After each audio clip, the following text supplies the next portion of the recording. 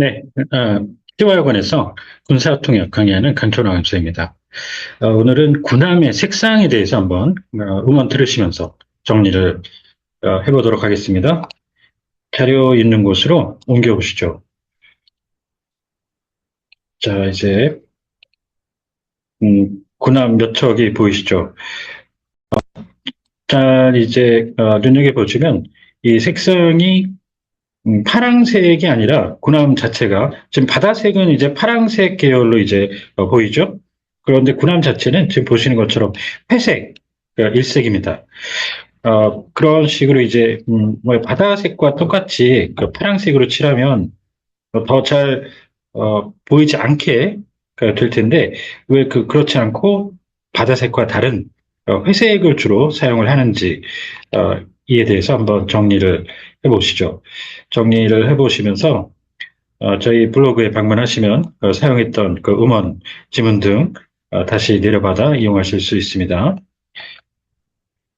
자, 일단 함정이라는 말부터 정리를 해볼까요? 함정은 군함과 단정 내지는 주정이라고 해서 작은 그 군함들을 통칭하는 말입니다.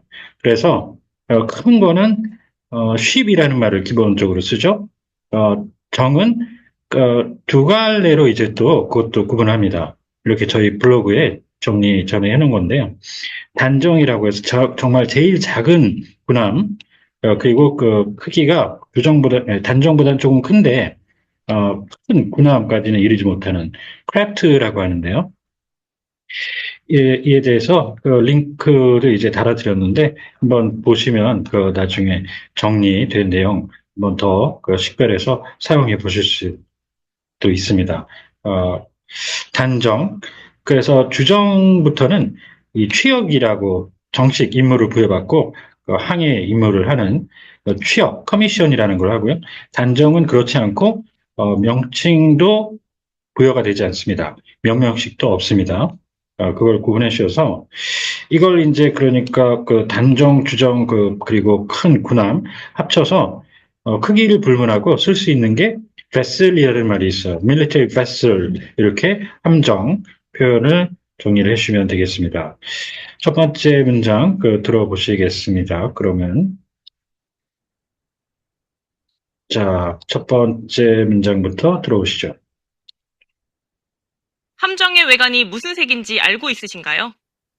So do you know what color is the exterior of military vessels? 네, 그리고 이 링크가 방금 보여드렸던 저희 블로그 게시물입니다. 군에서는 적으로부터 자신을 보호하거나 아군의 위치 노출을 최소화하기 위해 위장색을 사용합니다. The military uses camouflage colors to minimize exposure of our friendly forces location or to protect themselves from enemy. 자, 이제 아군이라고 해서 우리 군을 얘기하는 거죠. 쉽게 말해서 그걸 정식으로 friendly force 이렇게 얘기합니다. 우리가 우리 군이라다 아군 하는 것처럼 our force 정식으로 아군 friendly force 이렇게 하시고요. 우군이라고 해서 우리를 편들어주는 그 군을 통칭하는 말인데 이거는 friendly 아군 놓고 하면 allied forces 이렇게 표현을 하시면 되겠습니다. 자, 위장이라고 해서 겉으로 드러나지 않게 색상을 이용하는 거죠. 외관을 얘기할 때는 camouflage 줄여서 camo라고 표현을 하는데 이것도 위장이죠. disguised legal status 이럴 때 외양이 아닌 그런 뭐 자기 신분이라든가 이런 법적 지위 따위를 나타낼 때 위장, 신분 위장 이런 말 들어보셨죠? disguise 이걸 구분해 주셔야 됩니다. 그렇다면 바다와 같이 파란색으로 외관을 칠해줘야 할 것 같은데 대체로 군함의 외관은 회색인 경우가 많습니다.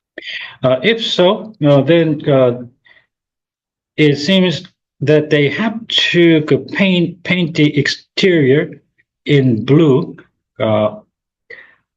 like the sea. However, largely the exterior of warships are painted in gray. 자, 이렇게 해서 군함, 아까 이제 함정 얘기를 하면서 시작을 했는데요. 이제 군함이라고 하면 통칭으로 해서 월십이라는 말을 씁니다. 또 그 큰 배들, 군함.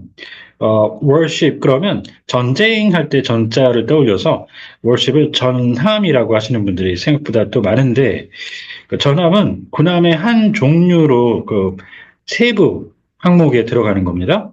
그래서 전함은 배틀쉽이라고 해요. 배틀쉽이 있고 통칭하는 군함은 월십 반드시 그렇게 해주셔야 됩니다. 자신의 위치 노출을 시키지 않기 위해 주변 환경과 조화돼 형상이 잘 나타나지 않게 하는 저시인성 색상을 외관에 칠해 위장하기 때문인데요. In order to prevent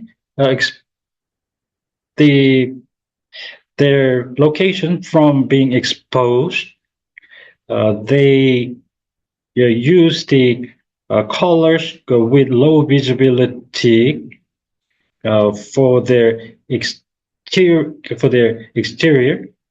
to so as to make their shape rarely revealed as it is blended with the surrounding environment.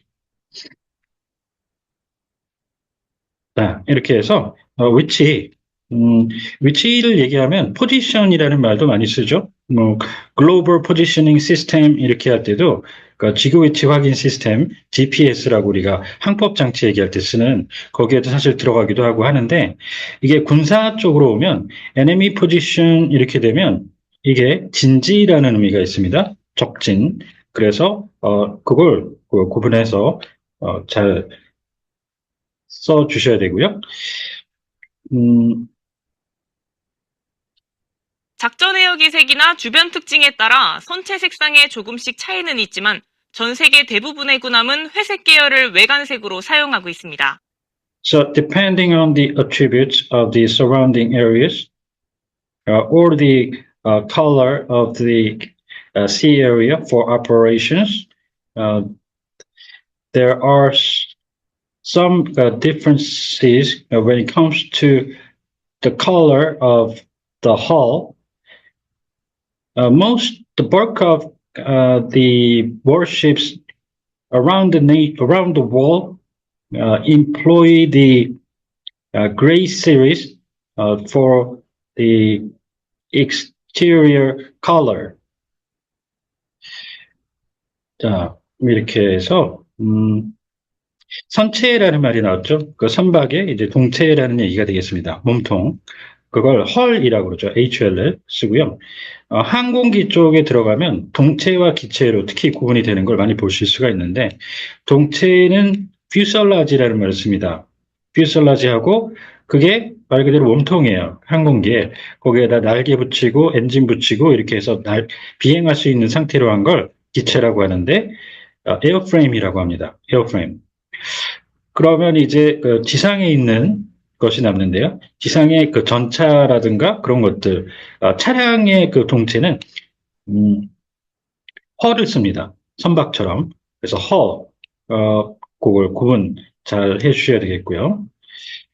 그래서 이제 이 선체 내지는 군함이니까 사실 함체라고 이제 쓸 수가 있는데 그런 것처럼 지상에 있는 그런 것들은 차체라고 하죠. 동체를 차체, 함체 이렇게 구분을 해주시면 되겠습니다. 그렇다면 왜 군함은 바다나 하늘의 색과 유사한 파란색이 아닌 회색 계열을 사용할까요? If so, then why are the warships using the gray series, not the blue, similar to the color of the sky or the sea? 회색 계열은 수평선 색과 유사해 수평선 근처에서 세모와 조합되면 잘 파악이 되지 않기 때문입니다. That's because as the gray series is similar to the color of water horizon, and therefore if it blends with the sea fog near the water horizon, it is difficult to figure them out. 지평선이 있고 수평선이 있죠. 땅과 하늘이 맞닿은 그런 그 현상이 나타나는 곳을 지평선. 반대로 이제 물과 하늘이 맞닿는 것처럼 보이는 그 부분을 수평선이라고 해서 호라이즌만 갖고는 이 어느 쪽인지 정확히 모릅니다. 그래서 이쪽은 land를 쓰시고요. land horizon, 이쪽은 water horizon 이렇게 정확히 써주실 수가 있고, 자, 이 해무는 바다에 끼는 연기를 뜻하죠. 그 안개를 뜻합니다. 그래서 이거를 sea fog라고 바다의 안개 이렇게 표현을 하시고요. 그 다음에 이제 연무라는 현상이 또 나타나죠. 연기가 안개와 섞인 그런 상태를 얘기합니다. smog라고 그러죠. smoke 연기 플러스 fog 안개 합친 말입니다. 연무, smog, 해무 구분해 주시고요. 또 회색은 대표적인 무채색으로 사람의 시각에서 가장 식별이 안 돼 군함의 외관색으로 가장 적합합니다. And also the gray is the signature achromatic color, which makes it difficult for people's human vision to identify. Very difficult, most difficult to identify. Therefore, most appropriate as the color for the exterior of warships. 여기서 무채색이라는 말은 이제 회화에서 많이 들어볼 수가 있는 말인데, 이런 식으로 검정, 회색, 하양 대표적으로 무채색입니다. 어떤 어둡고 밝고 그 차이가 있는 명암의 차이는 있지만 색상은 없는 그런 것들을 얘기를 합니다. 그래서 무채색 이렇게 정리를 해주시면 되겠고요. 자, 대표적이라는 말은 일단 representative로 써야 되는지 말아야 되는지 구분하셔야 되는데, representative는 권한을 부여받은 경우에 공식적으로 쓰는 말입니다. 여기 그런 거 아니죠? 절대로. 그거 아웃이고요. 그 다음에 이제 묘사, 비유적 묘사로 할 때 signature, typical, 그 다음에 가장 상징적으로 나타낸다고 할 때 이제 쓰는 대표적인 단어로서 볼 수 있는 게 있는데요. 자, 그런 단어들 중에서 이제 보시면은, 여기서는 typical을 이제 쓰면은, 이 색을 보면, 회색을 보면 다른 것들도 그럴 것이다라는 거를 다 알려준다는, 다 고만고만할 것이다라는 걸 알려주는데, 여기서는 그 회색은 이 무채색 중에서도 다 회색을 보면 검정도 알고 하양도 알 수 있다 이런 얘기라기보다는 이 중에서 내놓을 만하다 그런 얘기죠. 그래서 대표적인 여기 쓰는 맥도날드의 그 대표 메뉴는 빅맥이다 하는 느낌으로 상징적으로 내세울 수 있는 그런 의미로 쓴 겁니다. 무채색 중에서도. 그래서 signature 이렇게 표현을 해주시는 게 제일 좋다고 보고요. 그것과 더해서 이제 비슷한데 iconic이라고 있어요. 대표적인이라고 해석을 하는. 그거는 정말 여러 가지 종류의 이질적인 것들이 있는데 그 중에서 대표 주자를 내세울 때 iconic이라고 쓰는, 사실 그렇게 쓸 수 있는 경우의 그 수가 많지 않은 그런 표현이라고 볼 수 있지만 써야 될 때가 있기는 합니다. 자, 이렇게 해서 대표적으로 묘사적으로 쓸 때 세 가지 signature, typical, 그다음 iconic 이렇게 있는데 여기서는 signature로 정리를 해보겠습니다. 자, 이렇게 해서 오늘은 군함의 색이 왜 파란색이 아니고 회색인지에 대해서 정리를 해봤습니다.